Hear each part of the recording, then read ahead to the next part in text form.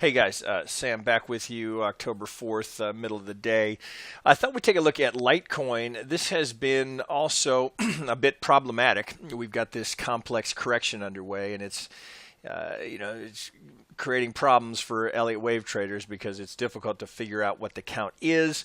Of course, we're going to know with hindsight. Eventually, we'll figure out what this is. But does it matter to us right now? Well, I'm going to propose to you that we want to be aware of longer term what could be happening, but as I break this down here, I think we can find some tradable moments here, where we don't really have to rely on the Elliott count per se, but can still find low risk, high reward scenarios where we can get in the market and make a little bit of money.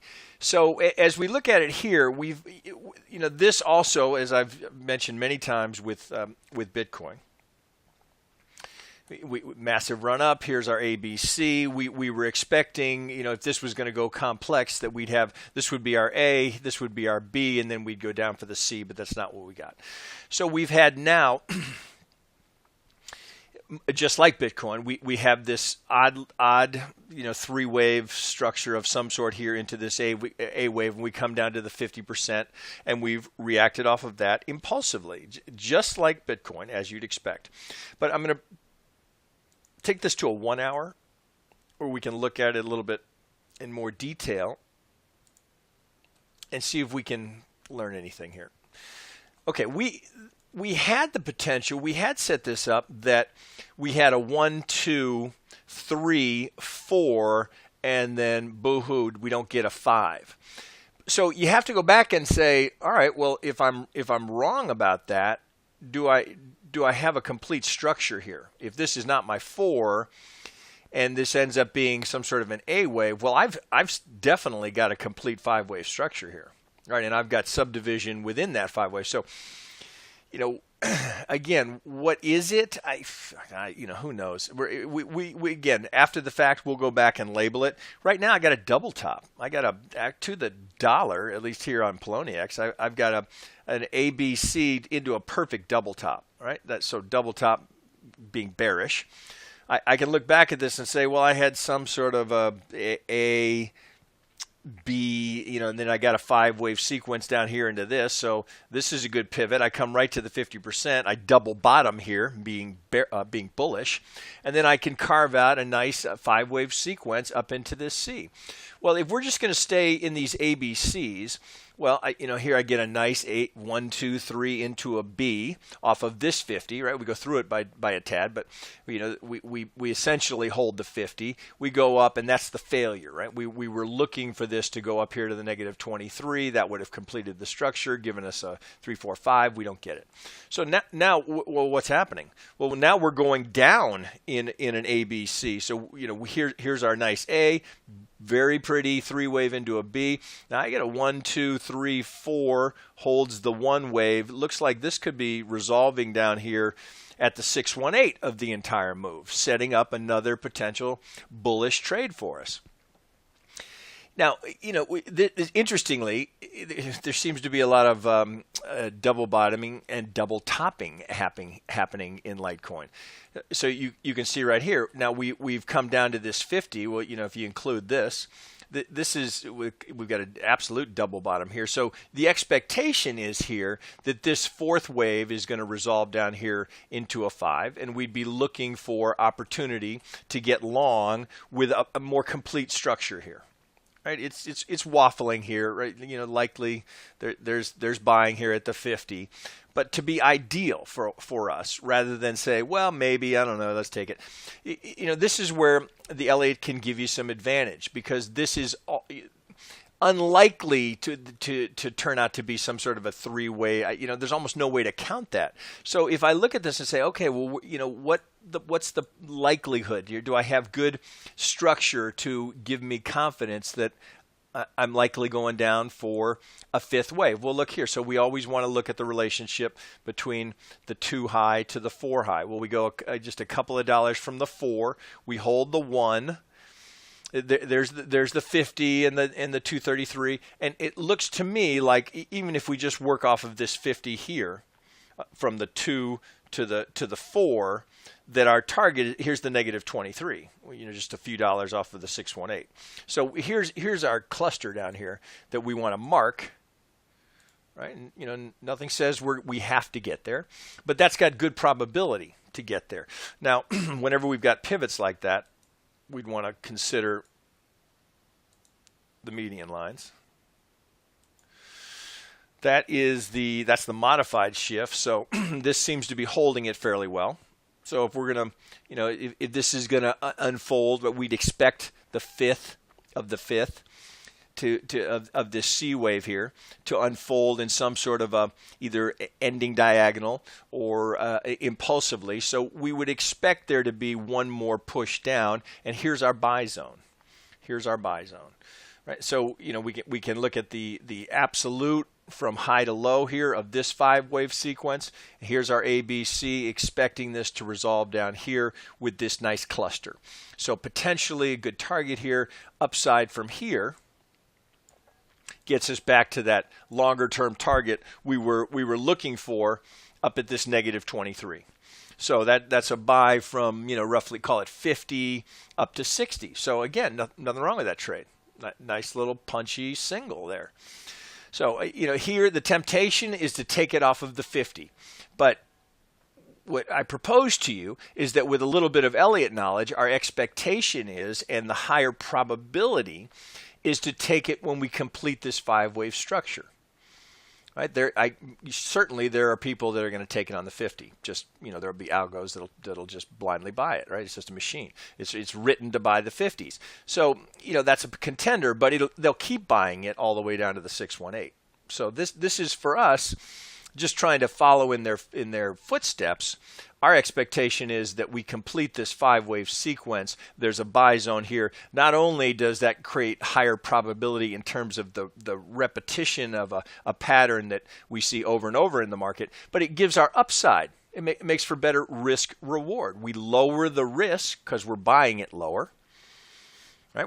We're down here with a stop on the other side of the 65, and our target. Now, we have more distance. So if you just look at it just visually, without even me drawing up the risk reward, 8 to 1? 8 to 1? Roughly, if I'm a buyer here at the negative 23, stop on the other side of the 65, that's, just for fun. Let's see what we get. For a buyer here, this was giving me a problem yesterday. There's the target. Give it a little room. And that's giving it plenty of room. There's 8.63 to 1. Is that good enough for you? I mean, that's not bad. You want to be a little tighter? I'm sure you can definitely get a 9 to 1 out of that. Again, you're going to be wrong more than you're right in trading. Just absolute reality. Accept it. Do not fight it. Embrace it. Know it. So knowing that when you're going to lose, you're going to be wrong. You're going to get stopped out way more than you're going to hit your target. That's trading reality. Accept it. Accept it. So the point being that when you're wrong here, this amount, you can be wrong 3, 4, 5 times and lose that amount. It only takes this one time to hit that target. And is that valid? Are we just randomly going, hey, 9 to 1 sounds good, that's what I look for? No, that's a technically valid structure to play off of probabilities. And over time, there will be a time when this hits.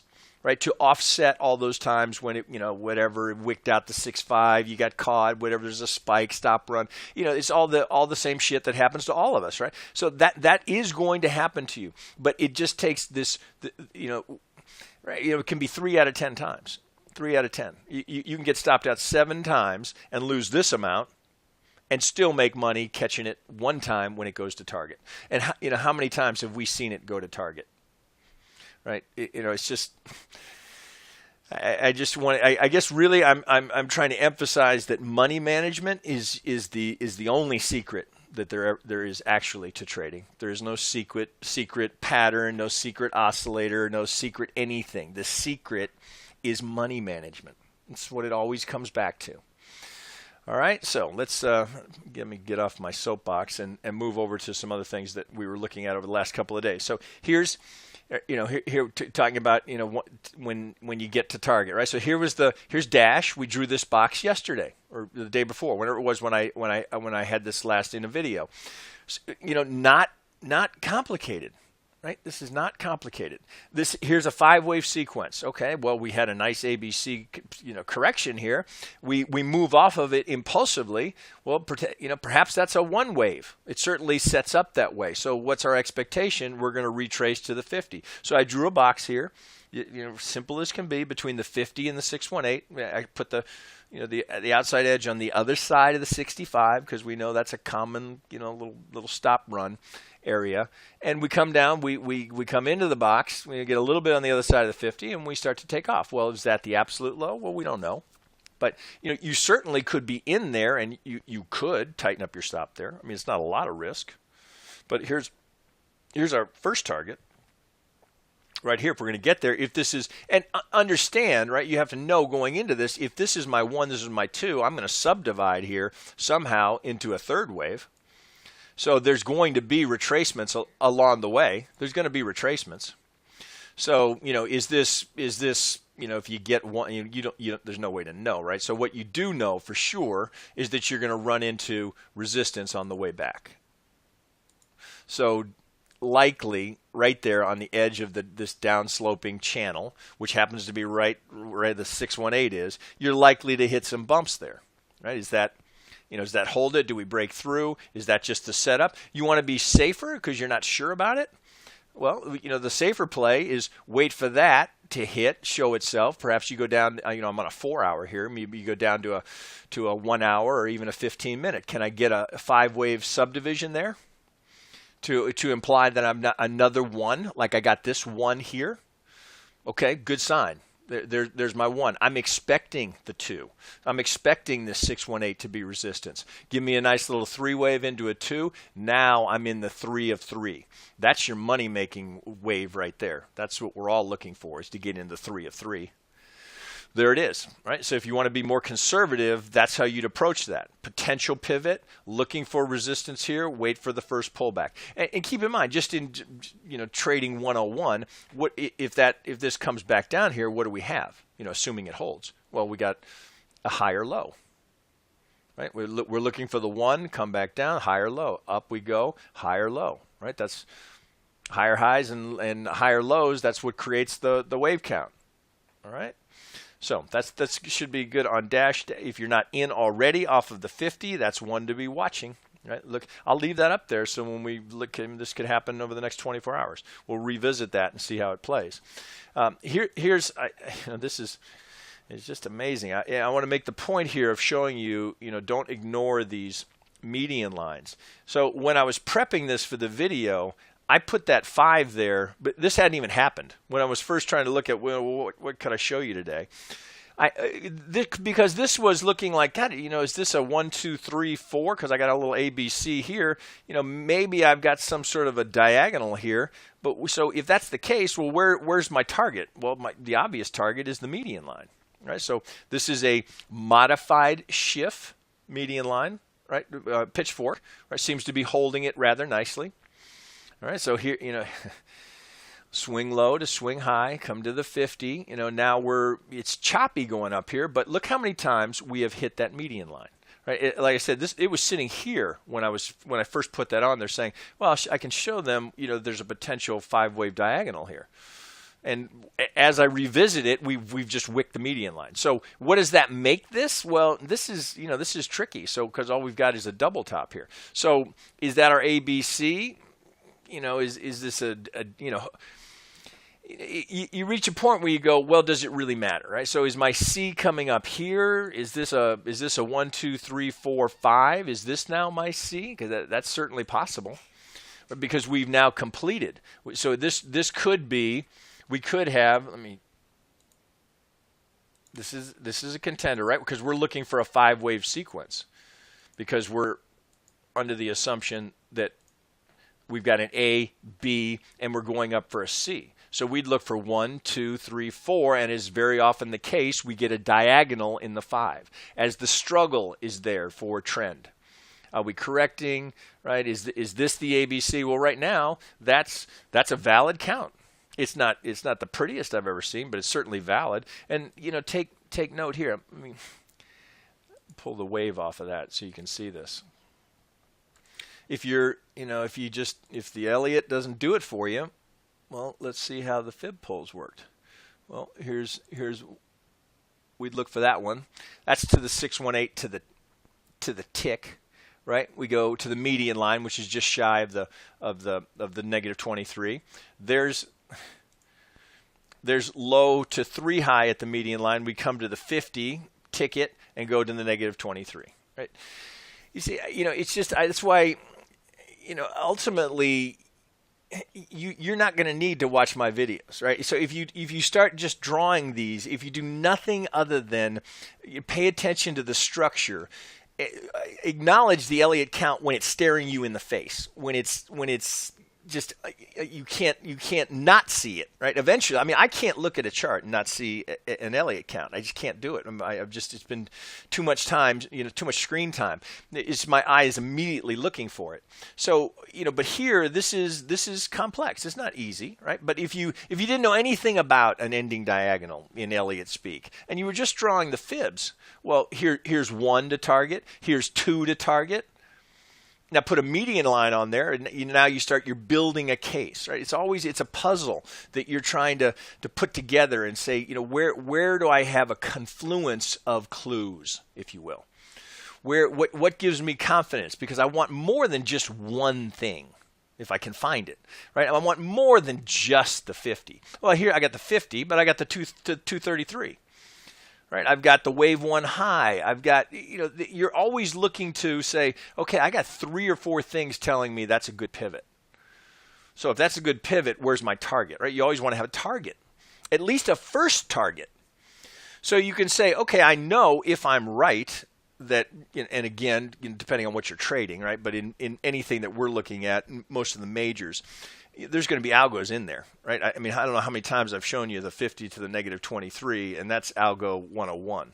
That's all over. It doesn't matter what market we're looking at. We could be looking at the S&P on a 1-minute chart. We could be looking at the euro versus the pound. We could be looking at gold, the yen, crude, the Nasdaq on the Nasdaq on the 512 today ticked the 50 to the negative 23 to the tick. It's just the way the algos are written. So look for it. Now add the Elliott, and you start to get even more advantage. Add the structure. Add the market geometry. Right, the median lines. Add the market geometry. Look for previous resistance becoming support. You start putting together the tools to become a successful trader. What's rule number 1? Rule number 1: money management. What's your expectation? You come into it knowing, expecting to be wrong more than you're right. That's probably the biggest hurdle people deal with. Their ego gets wrapped up into being right. It's not about being right. It's about being profitable and not getting hurt, not letting any one trade hurt you. Right? Focus on that and you'll be just fine. Okay, I'm going to wrap there. I think there's a few other things to look at, but like I said, I like to keep these no more than 20, 30 minutes. I'm at it's 18 and a half minutes there. We'll wrap on this, and if I've got anything else to show you today, you can just check the YouTube channel. All right, guys. See you later.